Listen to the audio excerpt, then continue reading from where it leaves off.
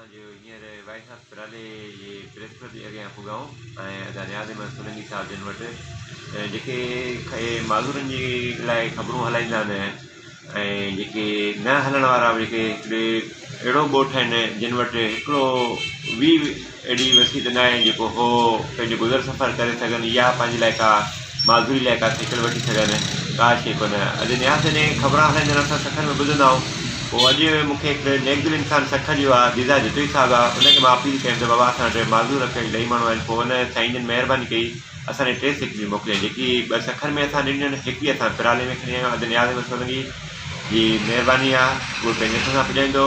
असां हुनजा थोरा चाहियूं जे अॼु उन्हनि आवाज़ु उथारियो आहे त अॼु उहो पंहिंजे सहारो हली सघनि। जेको आहे असां त गुनाहगार आहियूं, असां कुझु बि न आहियूं। जेको आहे असां त हर माण्हू खे इहा अपील कंदासीं अचो इन्हनि ग़रीबनि जी मदद कयो ऐं इन्हनि मुस्तहिक़ माण्हुनि जी मदद कयो। असां उन्हनि जा थोरा था आहियूं।